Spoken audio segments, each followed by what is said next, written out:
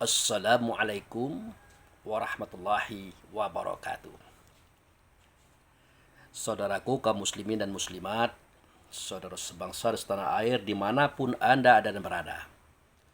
Kali ini bertemu lagi dengan saya Abu Fikri dalam rangka menyampaikan tausiah agama demi kebaikan, demi kebenaran kita semuanya, dan demi mempermudah langkah menuju jalan selamat, yaitu Allah dan Rasul-Nya.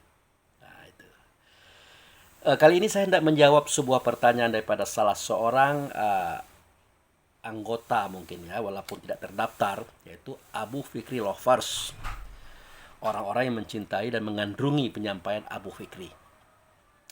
Itu ada di YouTube. Beliau bertanya kepada saya, Pak Ustadz, mohon dijelaskan apa itu ayat muhkamat dan apa itu ayat mutasyabihat. Nah, itu pertanyaan dia. Nah, insya Allah saya bilang, saya akan jawab ini melalui video. Karena kalau melalui ketikan di HP itu tidak cukup. Baik, kita mulai saja. Betul bahwasanya ada sebagian besar daripada ulama, ustadz, kiai kita mengartikan ayat muhkamat itu adalah ayat yang jelas artinya, jelas paham dan maknanya, dan tidak perlu lagi ditakwilkan. Misalnya surah Al-Fatihah itu jelas semua itu. Alhamdulillahirabbil alamin misalnya kan, segala puji bagi Allah Rabb sekian alam semesta, itu jelas. Apalagi iyyaka na'budu wa iyyaka nasta'in, kepada engkau aku menyembah, kepada engkau minta tolong, itu tidak perlu diperjelas lagi. Ayat mutasyabihat ini sebagian besar daripada ulama kita, kiai kita, ustadz kita mengatakan, yaitu diragukan terjemahannya, diragukan paham dan maknanya. Bahkan dikatakan bahwa Allahu a'lam bil murad, hanya Allah saja yang tahu maksudnya. Nah, padahal tidak seperti itu juga. Ya, tidak seperti itu juga. Tapi sebaiknya kita baca dulu ayat yang menjadi dasar daripada pertanyaan saudara saya tadi, yaitu surah Ali Imran ayat 7. Ya, ini bunyinya. Huwallazi anzala 'alaikal kitaba minhu ayatum muhkamatum hunna umul kitab wa ukharu mutasyabihatu wa ammal ladzina fi qulubihim zayghun fayattabi'una ma tasyabaha minhu tigha'a fitnati wa btigha'a ta'wilihi wa ma ya'lamu ta'wilahu illallah wa rasikhuna fil ilmi yaquluna amanna bihi qulum min indi rabbina wa ma yazakkaru illa ulul albab. Nah, itu bunyi ayat yang dipertanyakan oleh saudara saya tadi. Nah, itu ayat yang dimaksud. Surah Ali Imran ayat 7. Betul ada di situ. Wallazi anzala 'alaikal kitaba minhul ayatu muhkamatu hunna umul kitab. Itu kan jelas ada kalimatnya. Kemudian wa ukharu mutasyabihatu, dan yang lainnya adalah ayat mutasyabihat. Jadi sebagian besar daripada ulama kita, guru-guru kita, kiai kita mengatakan ayat yang disebut dengan ayat muhkamat ini ayat yang jelas. Ayat yang jelas arti, paham dan maknanya. Misalnya surah Al-Fatihah itu. Bismillahirrahmanirrahim, dengan nama Allah yang pengasih lagi maha penyayang. Nah, itu tidak usah dijelaskan lagi, jelas bahasanya itu jelas, terang. Misalnya lagi Alhamdulillahirabbil alamin, segala puji bagi Allah Tuhan semesta alam, itu jelas. Apalagi kita masuk pada iyyaka na'budu wa iyyaka nasta'in, kepada engkau aku menyembah dan kepada engkau aku minta tolong. Itu jelas. Nah, yang disebut dengan mutasyabihat itu ayat yang meragu-ragu. Ayat yang tidak jelas terjemahannya, tidak jelas paham dan maknanya. Bahkan Allah berkata, Allahu alam bil mughadim. Hanya Allah saja yang tahu maksudnya. Ini sebagian ulama mengartikannya. Nah, tapi kalau kita menjelaskan ini, ya bedalah. Beda. Apa yang dimaksud dengan beda? Nah, begini. Kita kan sudah diberikan oleh Allah akal fikir.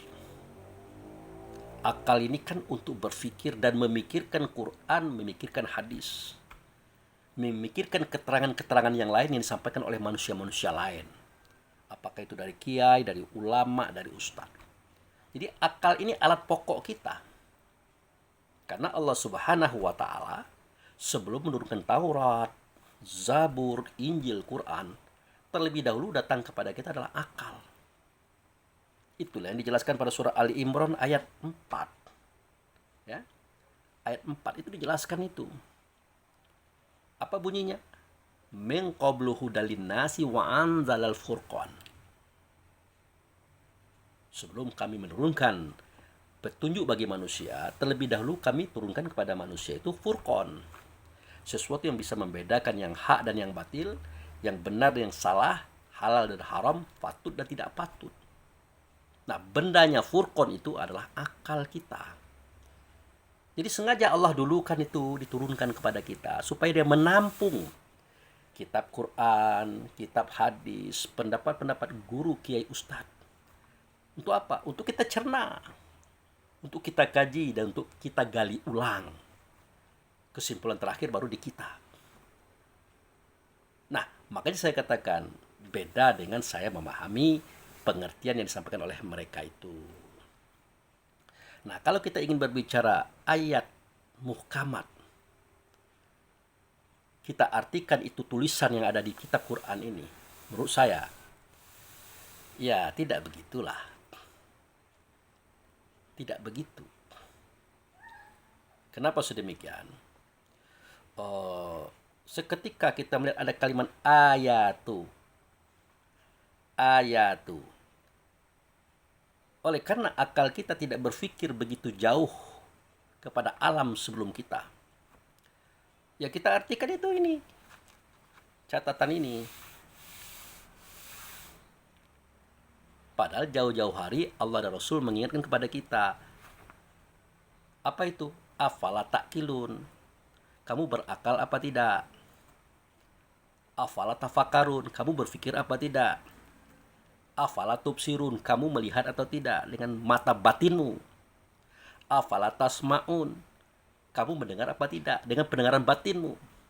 Itu tuntutan Allah kepada kita sebelum kita membaca, mempelajari, meneliti sesuatu. Nah, seandainya kalau memang benar, ya maaf ini, kalau memang benar para kiai, ulama, ustadz kita mengatakan kata ayat di sini adalah tulisan ini, menurut saya itu perlu ditinjau kembali. Bukan salah, tidak, ditinjau kembali. Kenapa sedemikian? Nah, kan kita tahu di zaman Nabi dulu kan semua catatan wahyu baru ditulis oleh sahabat di atas pelepah kurma. Batu-batu, kayu-kayu, tulang-tulang, kulit hewan, daun-daun kering. Kan di situ ditulis semuanya. Belum ada itu namanya juz, nama surat, ayat, belum ada. Apalagi buku ini atau kitab ini belum ada. Nah, penyusunan itu ya, penyusunan juz, nama surat, ayat itu terjadi yaitu setelah Nabi Muhammad itu wafat 2 tahun. Artinya 2 tahun beliau itu berangkat, barulah itu diolah oleh sahabat. Dibuat juznya, nama suratnya, ayat-ayatnya. Itu. Jadi kalau 2 tahun Nabi Muhammad berangkat, berpulang ke hadiratnya Allah, baru ini dia olah, ya lalu ayat yang dimaksud oleh beliau pada kata ini, ayat apa? Semestinya itu yang kita tanyakan. Nah, kalau ayat buku ini yang kita maksud, saya khawatir nanti kita keliru. Justru ayat buku ini adanya adalah 40 Hijriah. Ya, tahun 40 Hijriah. Yaitu seketika Utsman bin Affan menjadi khalifah. Itu lebih jauh lagi daripada masa hidupnya Nabi Muhammad. Nah, oleh karena itu kita perlu menggunakan akal fikir kita. Kita telusurilah sejarah-sejarah yang sudah ada. Biar kita tidak salah mengartikan itu sendiri. Nah, jadi ayat yang dimaksud oleh Allah dan Rasul pada tulisan-tulisan ini semuanya tidak mengatakan buku. Tidak. Karena ayat tulisan yang ada di buku ini pada masa dia hidup, pada masa seketika itu beliau memberikan kajian-kajian agama, itu belum ada. Lalu ayat yang di sini apa itu Pak Abu Fikri? Nah, kan sering saya katakan itu. Seketika Nabi berkata, "Zalikal kitabu la raiba fihi hudalil muttaqin." Tidak mungkin sahabat tidak bertanya, tidak mungkin. Saya saja kalau ada pada waktu itu pasti saya bertanya, "Ya Rasulullah, mahwal kitab?" Tetapi selalu saja kita mengartikan, dari mana Pak Abu Fikri bisa tahu cerita itu? Kok selengkap itu? Lah, akal fikir kita kan paham itu. Kalau Nabi mengungkapkan sesuatu yang kita tidak tahu, yang tidak mengerti, pasti kita tanyakan. Di sekolah-sekolah juga begitu, di perguruan tinggi juga begitu. Kalau tidak ngerti, pasti kita tanyakan. Dan jangan lagi ditanyakan, kenapa itu kok ada pertanyaannya. Ya begitulah kenyataannya gitu. Itu yang saya katakan bahwa akal fikir kita ini bisa menelusuri, bisa menjelajahi alam-alam yang belum pernah kita ketahui hari ini, padahal sudah kita lewati terdahulu. Itu maksud saya. Nah, jadi seketika Nabi Muhammad berkata zalikal kitab, pasti ditanya oleh sahabat, pasti itu. Ya Rasulullah, mahwal kitab? Tidak mungkin Nabi diam. Tak mungkin. Dijawablah oleh Nabi, Alkitabul Quran. Pasti itu. Kitab itu adalah bacaan. Nah, kalau tambah bingung, ya tambah bingunglah sahabat. Nabi tidak pernah megang buku, tidak pernah membaca. Kok dia mengatakan buku, kok dia ngomong baca? Ya otomatis sahabat akan bertanya, "Ya Rasulullah, mahwal Quran?" Pasti. Nah, baru dijelaskan bahwa Alkitabul Quran, Quran bal huwa ayatu bainatu fi sudurul utul ilmi wa ma yajhadu bi ayatina ila zalimun. Bahwa kitab itu adalah Quran, Quran itu adalah ayat yang ada dalam dada kamu. Namanya ilmu, tidak ada yang mendustakan ayat itu kecuali orang yang zalim. Nah, dia berkata bahwa kitab itu Quran, Quran itu ayat adalah dalam dada kita. Dia mengatakan ruh kita itu, saudara. Tidak dia mengatakan buku ini. Tidak ada dia mengatakan buku ini, yang kitab buku ini, yang Quran buku ini, yang ayat. Tidak. Kitab itu Quran, Quran itu ayat dalam dada kamu. Nah, untuk menyelesaikan pertanyaan saudara saya tadi, harus pahami dulu ayat itu apa. Itu. Jadi ya yang disebut dengan ayatu muhkamatu hunna umul kitab. Jelas kalimat ini. Ya. Ayat muhkamat itu dialah umul kitab. Ya. Jadi di sini ada dikatakan ayat-ayat sebenarnya ya, bukan satu ayat tapi ayat-ayat. Nah, dia itu ataupun mereka itu ayat-ayat tadi itulah umul kitab. Ibu daripada kitab. Nah, apa itu ibu daripada kitab? Ya, ibu daripada kitab apa? Ya, kita kan tahu apa itu kitab, apa itu Quran, apa itu ayat. Nah, ibunya apa? Sumbernya apa? Yaitu alif lam mim. Zalikal kitabu la raiba fihi hudal muttaqin. Alif lam itu Allah, mim itu adalah Muhammad.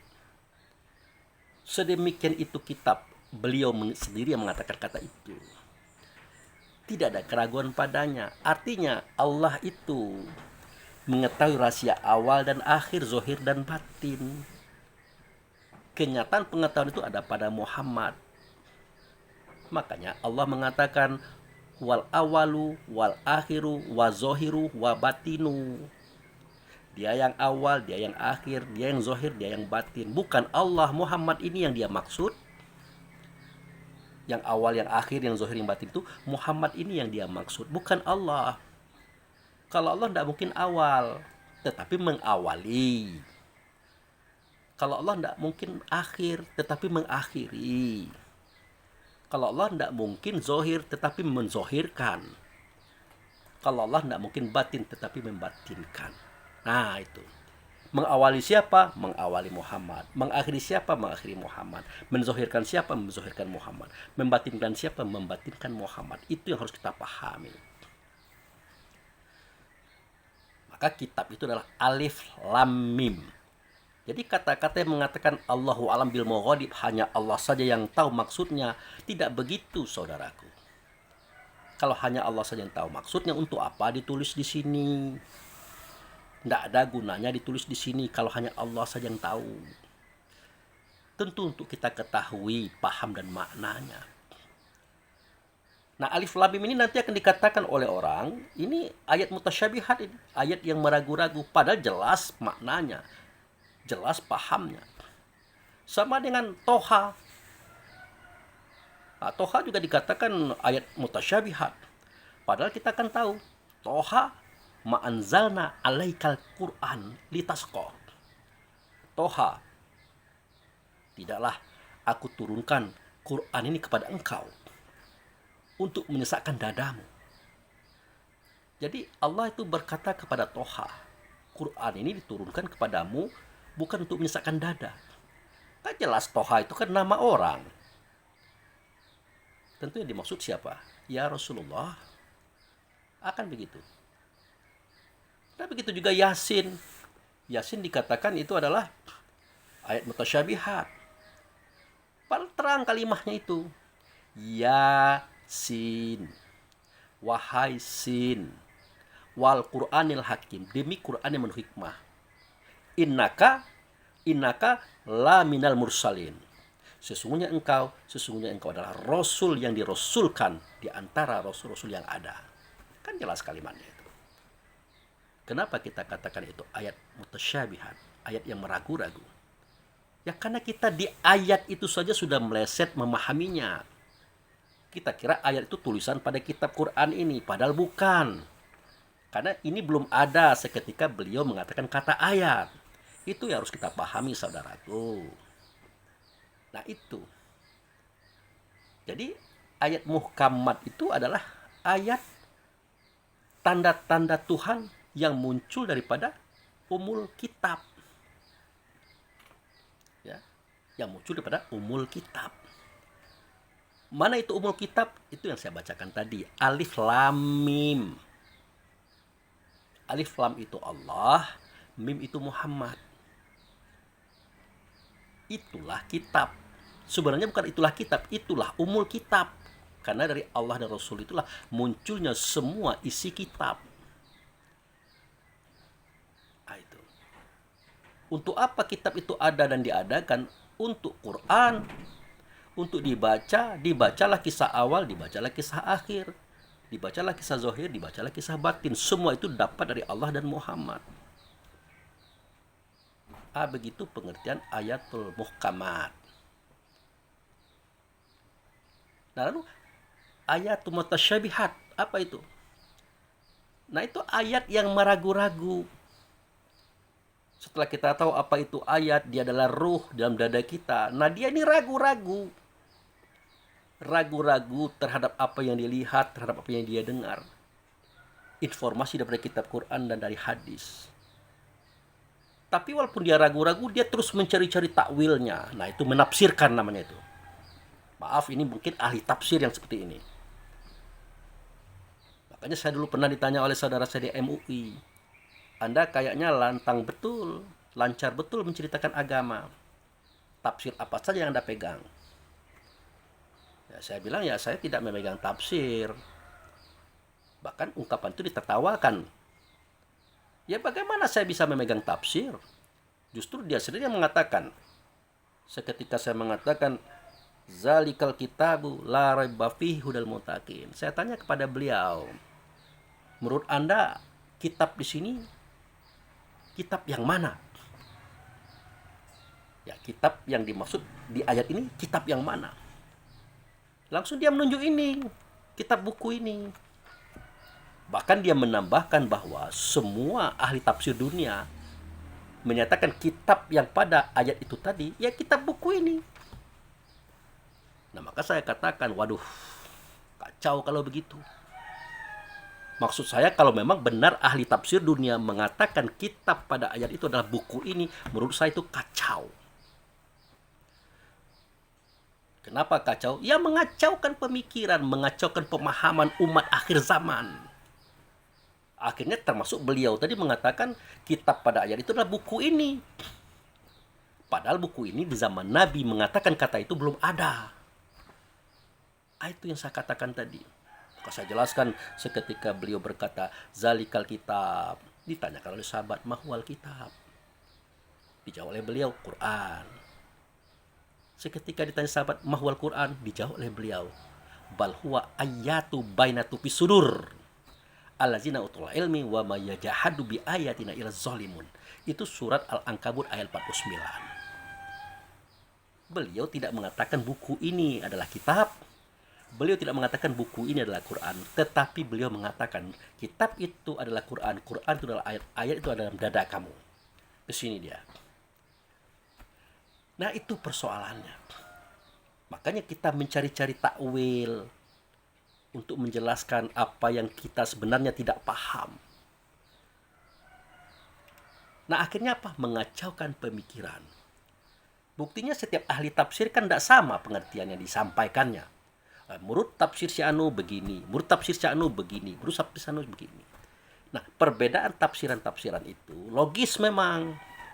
Karena yang kita tafsirkan sesuatu yang tidak jelas menurut pemahaman kita. Mestinya ini adalah fardhu ain, wajib jelas, wajib terang, wajib nyata. Tidak ada keraguan padanya. Makanya kita kan tidak boleh mengatakan kata yang kita tidak tahu mana dia bendanya. Tidak boleh.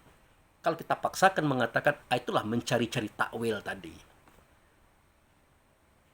Nah, makanya dikatakan oleh Allah dalam surat itu, Ali Imran tadi ya, pada ayat itu tadi, tidak adalah yang tahu takwil daripada ayat-ayat tertentu kecuali hanya Allah dan orang yang mendalam pengetahuannya dan dia mengimaninya. Kan begitu kalimat itu. Nah, dikatakan wa ma ya'lamu ta'wilahu illallah warasikhuna fil ilmi yaquluna amanna bihi.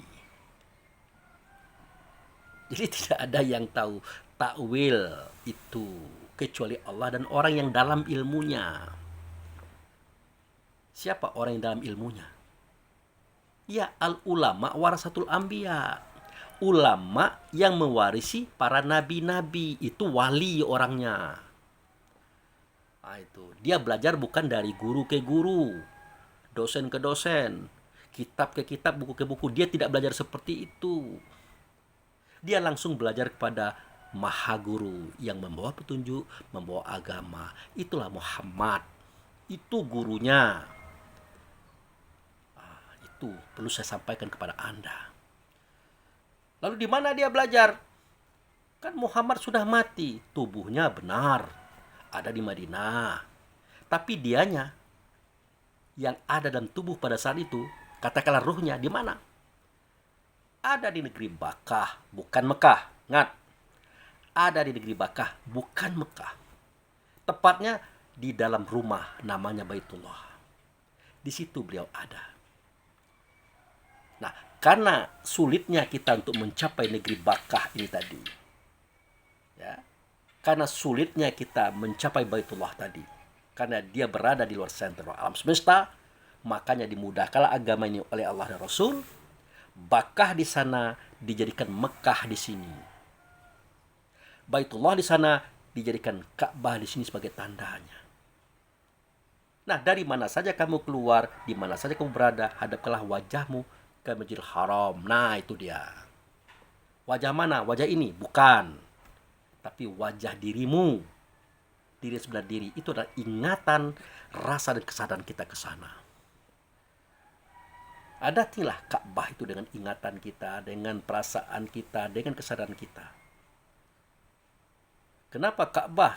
Kenapa tidak Baitullah? Baitullah tidak mampu kita. Nah, disitulah barang siapa bertemu dengan Ka'bah di situ, sama artinya bertemu dengan Baitullah hakikat, saudara. Barang siapa bertemu Baitullah hakikat, sama artinya bertemu dengan Muhammad. Barang siapa bertemu Muhammad, sama artinya bertemu dengan Allah. Walaupun Allah bukan Muhammad, Muhammad bukan Allah. Intinya, disitulah ulama warasatul anbiya itu belajar tentang kitab Quran, tentang kitab hadis yang hari ini dia pegang. Di situ ditanyakan. Makanya tidak ada keraguan padanya. La raiba fihi, tidak ada keraguan padanya. Hudalil muttaqin, petunjuk bagi orang bertakwa. Anda tahu siapa itu orang bertakwa? Jangan bikin definisi, jangan bikin pengertian-pengertian yang banyak, jangan. Lanjutkan saja ayat tadi. Apa bunyi ayat tadi? Allazina yuqimunas sholata wa mimma razaqnahum yunfiqun. Nah, lalu siapa itu orang bertakwa? Lanjutkan ayat tadi. Alif lam mim zalikal kitabu la raiba fihi hudalil muttaqin. Allazina yu'minuna bil ghaibi wa yuqimuna sholata wa mimma razaqnahum yunfiqun. Itu orang bertakwa. Jangan bikin-bikin definisi, pengertian macam-macam yang banyak. Jangan. Luruskan saja ayat ini. Orang bertakwa itu adalah orang yang percaya kepada yang gaib. Kepada siapa? Alif lam mim, kepada Allah dan Muhammad. Dia percaya. Karena dia pernah melihat Allah, mendengar suara Allah yang nyata pada Muhammad. Pernah mendengar Muhammad, melihat Muhammad yang nyata ianya pada rasa dirinya. Di tempat itu. Jadi dia percaya kepada yang gaib. Kalau kita mengartikan gaib itu tidak kelihatan, tidak terdengar oleh mata dan telinga kepala, Anda tidak akan mengerti selama-lamanya. Dan tidak akan percaya selama-lamanya. Percaya sebentar itu berubah lagi. Jadi allazina yu'minuna bil ghaibi ini pahamnya dalam. Ya tentu yang percaya kepada yang gaib, tentu yang gaib-gaib pula. Bukan yang tubuh ini. Yang gaib pada tubuh ini siapa? Itu ruh tadi. Dengan ingatannya, dengan perasaannya, dengan kesadarannya. Seketika dia bertemu dengan Allah dan Rasul di tempat itu. Itu orang bertakwa. Nah, itulah yang disebut dengan mendirikan sholat. Sholat itu kan artinya hubungan. Hubungan antara rasa diri kita dengan Muhammad, Muhammad itu dengan Allah. Nah, itu. Setelah dia percaya kepada yang gaib, dia gaib, yang dipercaya adalah gaib pula.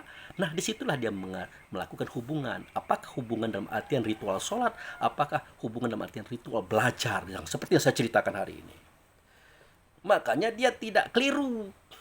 Dan tidak mengelirukan orang, tidak mengacaukan. Tidak melahirkan fitnah di belakangnya. Si A mengatakan begini, si B mengatakan begini.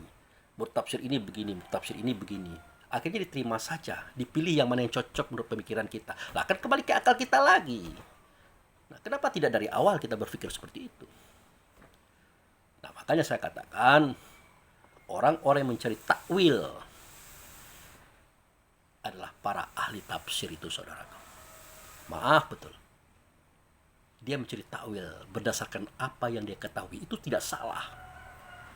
Tapi ini bukan fardu kifayah. Fardu wajib tapi tersembunyi, tidak begitu. Semua cerita agama itu adalah fardu ain, wajib nyata adanya. Siapa yang bisa menjelaskan fardu ain? Wajib nyata. Kalau bukan Allah dan Rasul, tidak mungkin. Makanya kita berkunjung kepada Allah dan Rasul di tempat itu, kan diajarkan. Gitu. Ini maaf saya menyampaikan ini demi kepentingan kita bersama loh. Demi kebaikan kita bersama. Jangan sampai kita salah paham. Gagal paham kata orang sekarang. Nah, untuk memahami ini Anda jangan lihat saya. Kalau saya ini apalah, manusia yang hina, manusia yang bodoh, tidak punya pengertian apa-apa. Tidak akan tahu kalau tidak diberitahu. Makanya kita mencari tahu ke tempat itu. Di situ kita diberitahu dan dapat. Inilah yang saya sampaikan. Nah, kalau sudah seperti ini Anda tanyakan mana Qur'annya, mana hadisnya. Susah saya menjelaskan. Kalau Anda masih bertanya tentang tulisan dan catatan yang ada pada kitab Quran dan hadis, kalau kita datang kepada yang punya suara kata, yang ditulis kata itu di sini, saudara. Itu maksud saya. Tapi jangan pula seperti saudara saya yang lain. Nah, itu menyalah-nyalahkan saya pula lagi. Ingin tampil beda. Ingin tampil beda, ingin merasa benar sendiri dan seterusnya. Tidak. Bahkan mengatakan menggunakan media sosial tidak efektif untuk dakwah. Apalah yang perlu saya pakai? Di masjid-masjid cuma sekali-sekali, di rumah-rumah cuma sekali-sekali. Kalau di media dakwah ini, di media sosial ini, kapan saya mau bisa. Tinggal Anda mau menonton atau tidak. Jadi kita tidak usah saling salah menyalahkan. Lebih baik kita saling memperhatikan, mempelajari apa yang dikatakan orang. Kita teliti apa yang dinyatakan orang. Siapa tahu itu benar. Kan bermanfaat bagi kita. Daripada kita mengkritik, menyalahkan orang, itu pun juga tanpa dasar kebenaran hati. Kadang-kadang muncul daripada keirian hati, kedengkian hati, bahkan kesombongan. Karena kita merasa lebih besar, lebih tahu daripada orang lain. Nah, itu saja saya rasa persoalannya.